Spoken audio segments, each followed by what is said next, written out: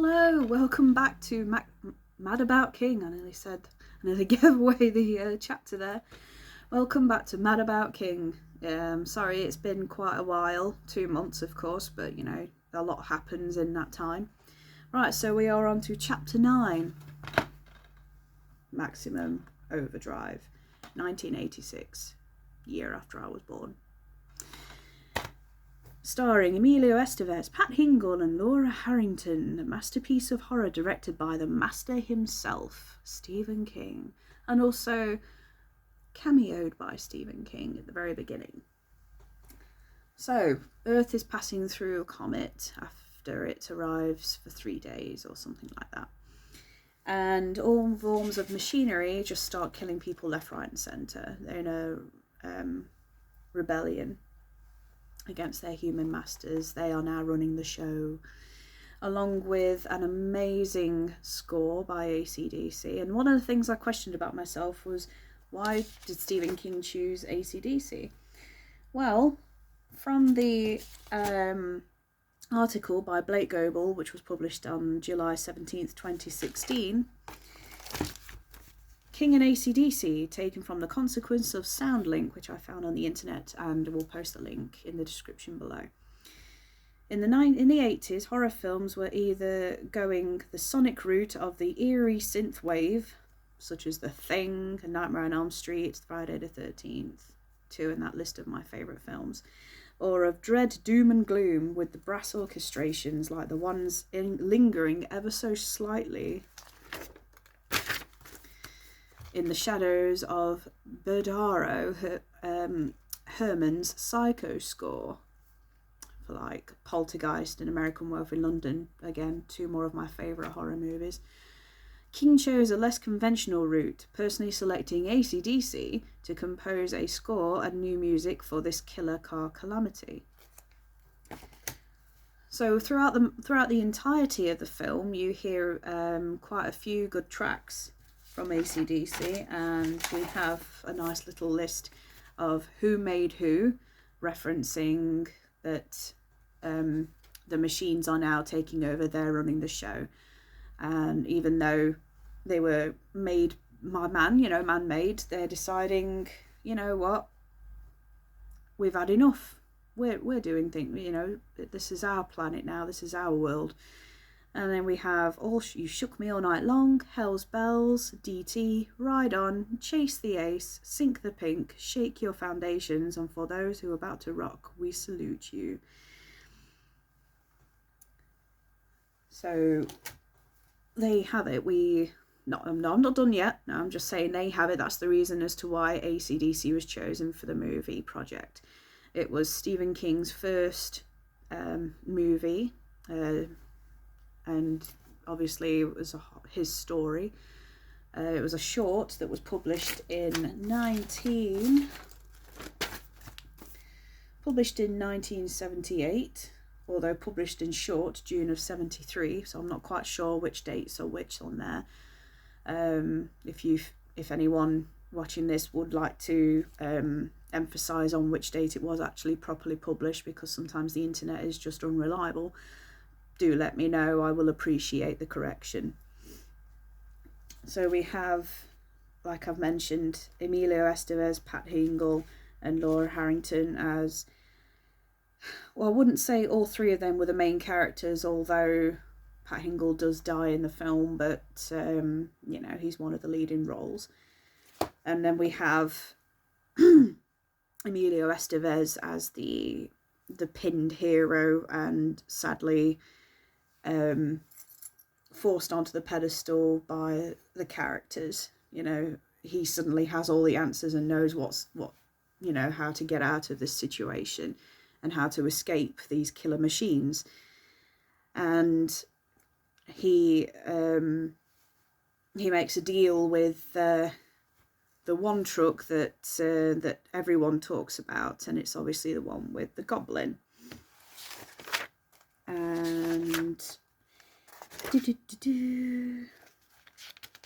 me just, I don't think I have many notes on that. Oh, but no, wait, she says, I also have this to help back me up. Yes, so that's a little notes on Maximum Overdrive that I am using to help me get through this. So I found a little website called the Goblin Project, which is the home of the truck with the goblin face on for. Oh, excuse me. Need a drink.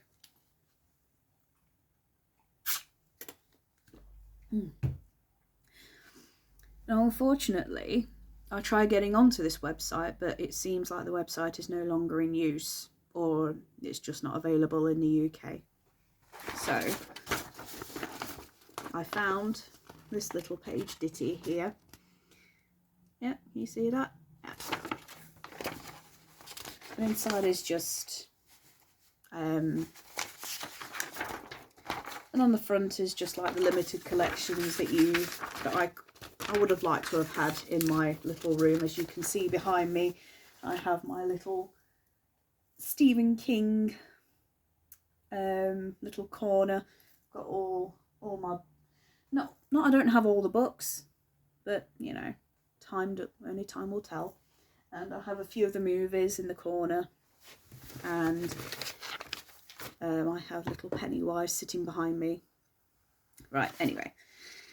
So yes, this website would have had all the franchise or all the merchandise from the film that people could have bought. And like I said, I tried to get onto the website, but it doesn't seem to be accessible, sadly. So that's a shame.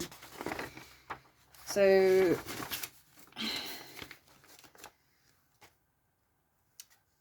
from the site that I found, which is called Night Shift. And once again, if any of this is actually incorrect, do please tell me in the comments. I would very much appreciate your feedback, and in friendly term. Yeah, because I'm still new with this, she says.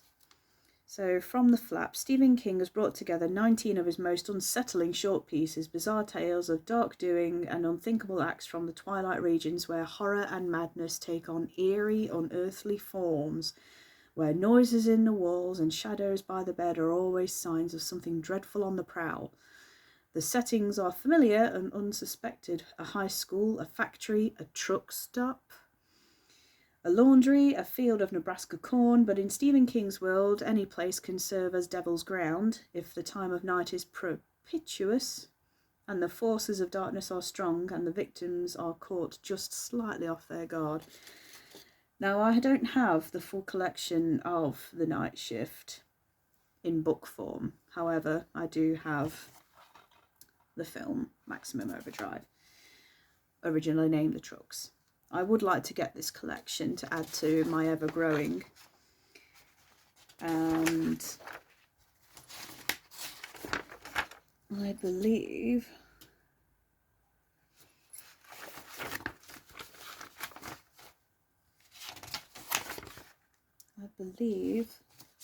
that I have printed quite a bit off, and obviously I don't want to bore you all with it all, and it can be found all online.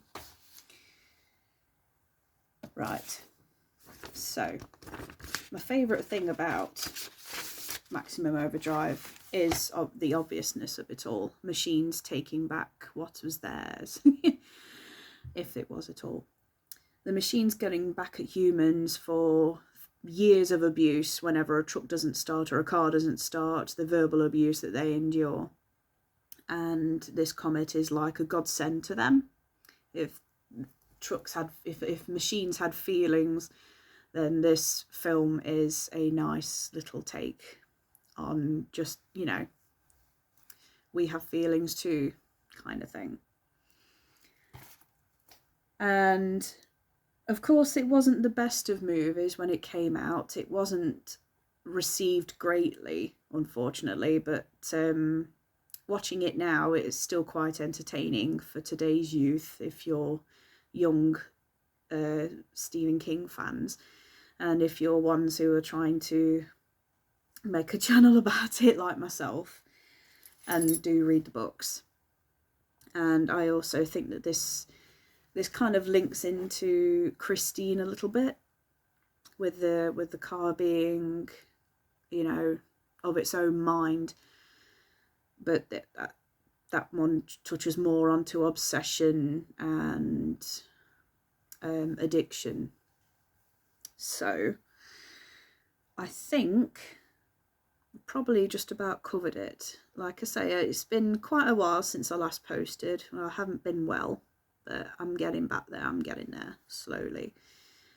And we will be back. I will be back. I will be back for the next chapter, which is chapter 10. And it's a movie that I found on YouTube, free to watch, although I should probably just buy the DVD, which would be much more, you know, so I can actually have it in my possession. And it's a fun little film for me. I quite enjoy watching it. So once I've done this, I can start making all the preparations for chapter 10. So anyway, thank you for listening to me ramble pointlessly at some point, and I will stop looking away from the camera because I forget that my camera is down there. It is not up here. And I just wanted to get something in before I had to go to work this afternoon, because I am on extra hours now and it's been a very busy couple of weeks to months. So anyway, that was Maximum Overdrive, directed, written and screenplay written and book written by Stephen King. And if you haven't seen the movie, I recommend that you watch it. And if you're not big on Stephen King, watch it anyway, and you might be surprised, you might not, but at least then you say you've watched it and you can say whether you enjoyed it or not. Okay, well, see you again soon. Bye.